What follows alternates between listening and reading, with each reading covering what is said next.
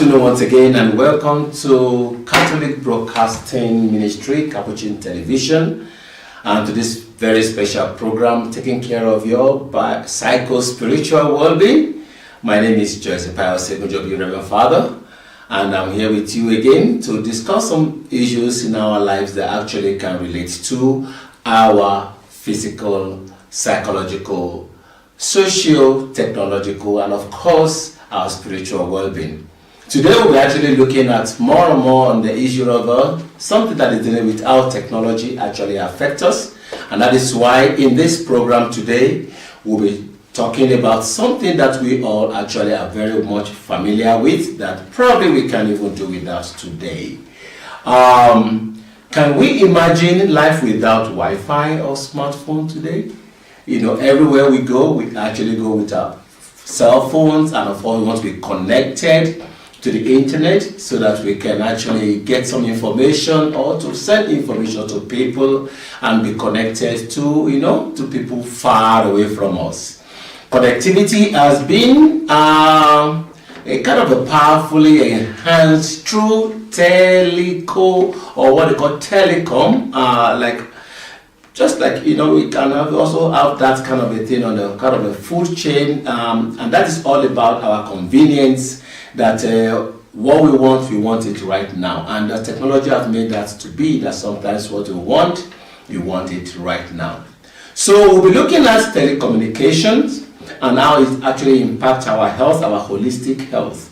So we talk about telecommunication in the first place. What are we talking about? We're talking about the transmission of information, which in forms of like words, could be sounds, could be images like pictures, videos, usually over great distance. And like I said, I can actually get to Europe right now by just communicating with somebody, and now with our phone that becomes very easy, that I can just do a visual communication with that person, or do visual communication with the person.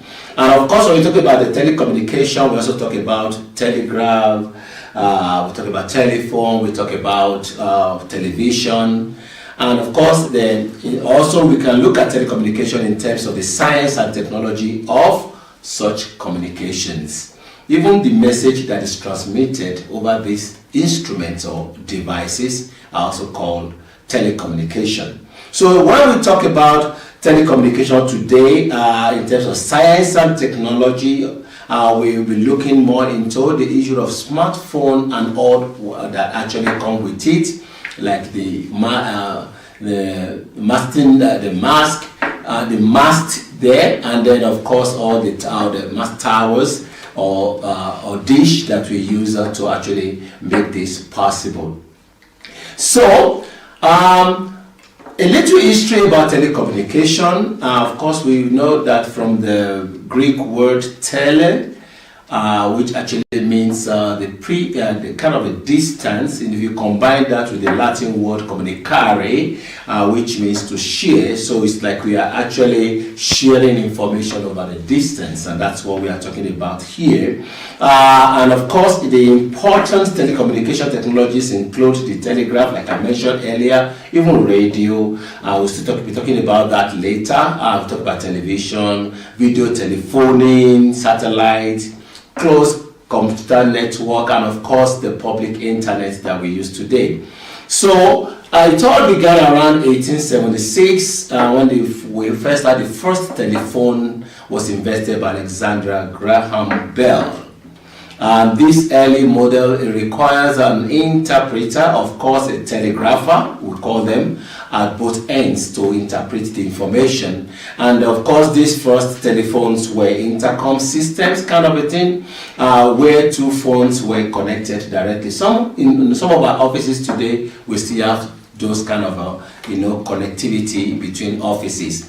And then by 1877, the invention of the switchboard exchange telephone system enabled any combination of two phone lines to connect and talk with each other. By 1891, dial telephones were invented, and by 1947, we had the transistor, which was invented at that time and led to the development of modern electronics, such as the computer and the calculators that we have. and of course picture of iPhones used or smartphone that we have today. And by 1948, microwaves began to be used to transmit phone signals, and I'm going to be talking about that later, how this your information is transmitted over the microwaves, or kind of a thing. And then by 1960s, phones began to transition from mechanical switching to electronic switching, which enable features such as the voice messaging, speed dialing, and of course caller ID, that I can call you and my name can pop up on your phone. By 1984, the Bell system, which provided AT&T with a near monopoly over telecommunication series in the United States, actually was broken up, opening up space for competition. And by the same year, cellular and the personal communication service phone use actually got introduced. By 1990, we're talking about the use of modern internet, which became very widespread. I know I can remember that time when I started using the internet also around 1990s. And of course, by the year 200, and up till today, we talk about the mobile phone.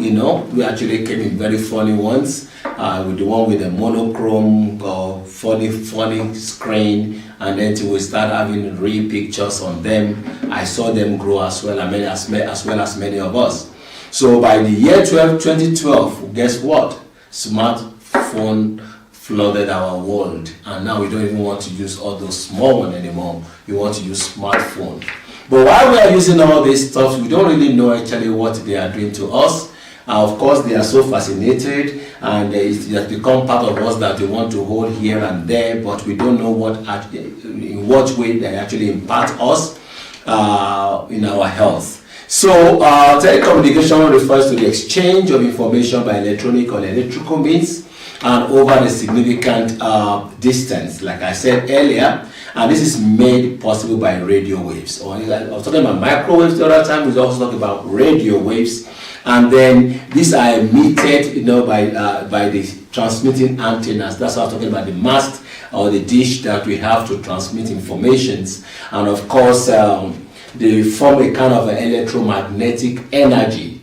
And that is where we need to pay attention, because we don't see these things. Like if you may give me a call right now, there's a radiation that is coming to this phone that I don't see. But the closer this is to my body, the more it affects it. We'll be talking about that later as well. But you can see around the corner in the cities or even in the villages, you see the mast of telecommunication mast that people are using today. Of course, some of us have given up our land for them to build it. There's a generator even attached to it, and a lot of things that we actually have no idea what we are living with until they begin to affect us. So we will be looking at how electromagnetic energy, which emits radio waves, and then of course the radio wave devices like our smartphone also, how they affect our health. So those are the things we'll be looking at today, as how do we moved so close with these things, but do they impact us in any way apart from being things that we actually use in our lives to interact? So first, let me just say something briefly before we go on break, that about the mast that I said. We also, or in another way, all these telecommunication towers that are actually mounted in different parts of the town, of the state, of the country, or in our streets. One thing we first have to understand is that electric and magnetic fields, which we call EMF, that's electric and magnetic fields, they are invisible lines of force emitted by and surrounding by electrical device, such as power lines that we even have, and that the more that thing is intensified, the more it emits. And of course, some electrical equipment that we use, they emit those things. So electrical fields are produced by voltage and an increase in strength as the voltage increases. So radio waves and microwaves also, they are emitted by transmitting antennas that we have, like I said, the mast, and as one form of electromagnetic energy. And these radio waves also, the strength is generally much greater from radio and television broadcast stations than from cellular phone, meaning that the one that is emitted by the one on the radio that we're actually using transmitting, or the television we watch, is far higher than the one we use in the cell phones that we use today. So microwaves and the satellite system antennas transmit and they receive high concentrated direction beams at a higher power level, and that's why when it's close to your house, you may not know what exactly you are receiving. And that's why sometimes, I don't know, there have been different theories about that we'll still be looking at if we have the time. But the issue is that the more closer we are to these things, the more they actually emit some things that we don't see, and they may be actually affecting us. And according to the International Commission for Non-Ionizing Radiation Protection, we call them ICNIRP, in 21, they brought out this issue of that there is a public and scientific concern over the potential health effects that is associated with exposure of electromagnetic force or fields. And they said that there is no, of course, they were claiming that there is no empirical studies that demonstrate the adverse health effects from exposure to the typical EMF. However, they cannot overlook that. So when we come back from break, we'll be looking at that again. For those of us who have this stuff around our houses, this mast, this maybe the one for Safaricom, or the one for Airtel, or the one for Telecom, or the one for whichever one, or the one of radio or television, so that we know how to actually deal with them as they affect us in different ways. Till we come back, stay tuned.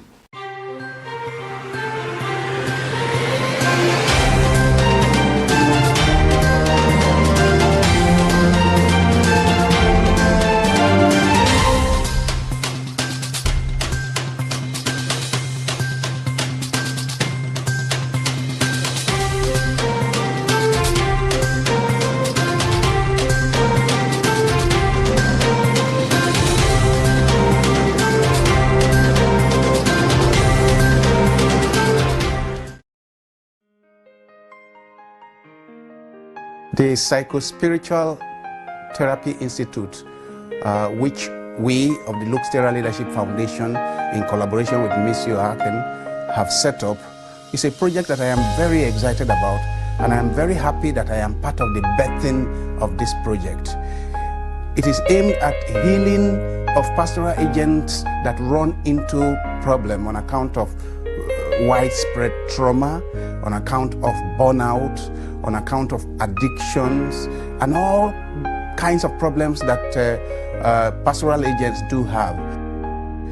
But with this project of the Psycho-Spiritual Institute, we shall now be training experts in psycho-spiritual therapy who will be available in various countries, various dioceses and congregations to help their colleagues who are in difficult life situations of an emotional and psychological nature.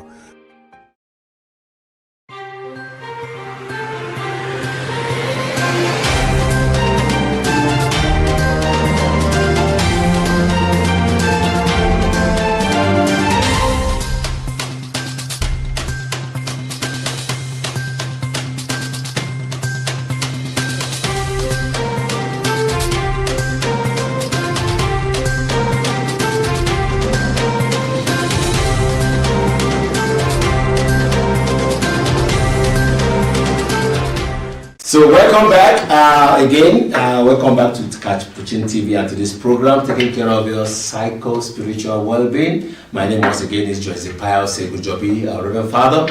And of course, I've been talking today about telecommunication, and then we've just been looking at the way they actually relate to what they actually means. And then I ended by saying that for those of us who have masts around our houses or where our environment, we may be taking in some things we do not see that may be affecting our health without knowing it. Although, like I ended, there's no strong empirical research saying that it's going to affect, just like the one of cancer, that people believe that radiation from phone can cause cancer.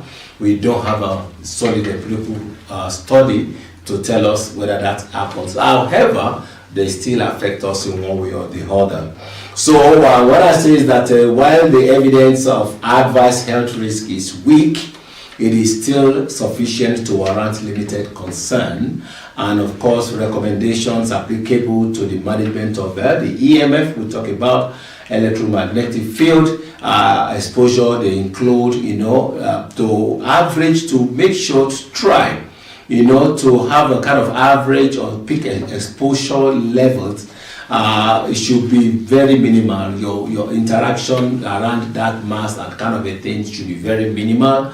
Of course, we need generally, just individually generally, to limit public access to antenna towers location. Limit your exposure, because there could be high radiation coming from there that can actually impact your life. And of course, following good engineering practice in the siting and the installation of directional links of this mast, especially to avoid building structures, is important. Otherwise, when you have structures of building here and you are putting a mast in between, they can penetrate through the wall. And that is why you see some people crying about the 5G. You're crying about the 5G. If you want to know what I'm talking about, 5G is able to actually penetrate thick walls. If you are in your house, you have Wi-Fi, you can even experiment what I'm talking about.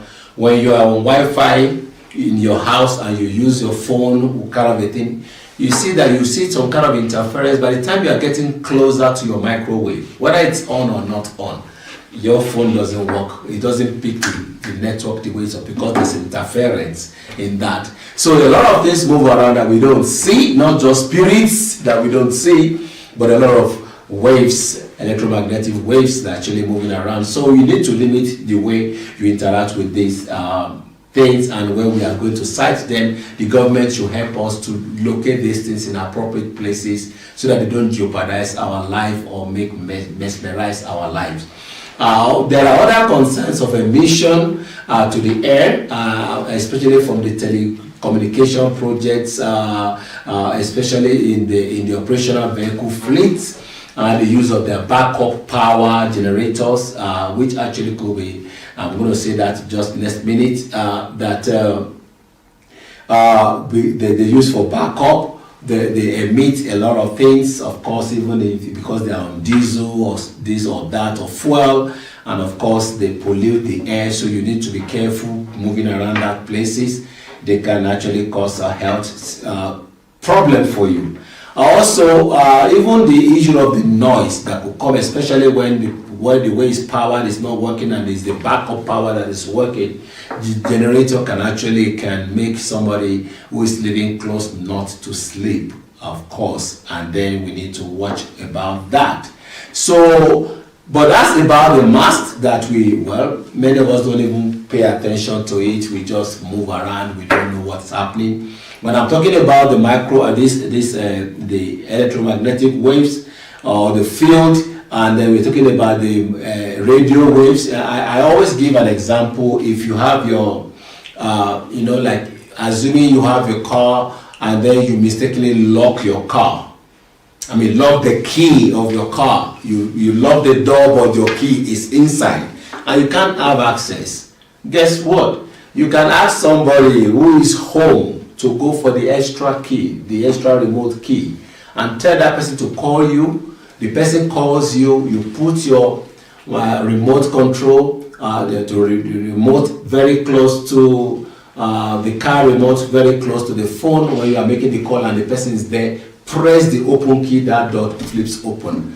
Why? It's moving through the waves. Wherever you are, even if you are in the United States and the person is in Kenya here, that door is going to flip open. Well, but I understand at the same time that Not all cars operate on that. If you are using Mercedes, for example, the security is tighter, so that may not actually happen. But that is also why, you know, it is easier for the dealer, your car dealer, to actually open your car, you know, to help you to open your car remotely, because those facilities are there. It's working through radio waves. So when we talk about smartphone, what we call which is a mobile phone that performs many of the functions of a computer, typically having touch screen, you know, you can touch screen interface, and of course an operating system capable of running downloaded apps that you have on your phone. It has become our companion and almost impossible to do without. And then that some people, even when they are in the accident, the first thing they ask about is, where's my phone? You know, that much. So individuals who are concerned about radio frequency that we're talking about can limit their exposure even in the way they handle their phones, including using even earpiece. Yeah, it's also through radio waves. I have one here, the earpiece. And then limiting your cell phone use, particularly when you have children. And I know most of the time we just give these things to children. You know, I have one here. You just have to put it right there. It's still moving with the same thing, but you have to be very careful because a lot of radiation is going there and we have no idea what we are putting into ourselves. You know, so watch out that you don't even just leave all these things with children, because they can actually, because you remember their cells are still forming, they are still, you know, the brain is still forming everything. This thing can really impact them in a way that can change the way they actually reason for the rest of their lives. Of course, scientists have reported diverse health effects of using mobile phones, including changes in brain activity like I just talked about, and of course reaction times, even sleep pattern. Apart from the fact that people, you know, who actually every night, now and then, they are like chatting throughout the night, and then during the day they become very useless. You know, you don't have to put yourself into that situation. You need to master your phone, because your phone does not own you. You own your phone. Don't forget that. So you should be in control of your phone and not let them actually affect you that much as to control your life and even impact what happens to you. So mobile phones emit radio frequency energy in the form of a non-ionizing electromagnetic radiation, which can be, be absorbed by your tissues, the tissues in your body that is close to the phone. And that's why when you do this, that's why I see some people, I see them turn their phone upside down,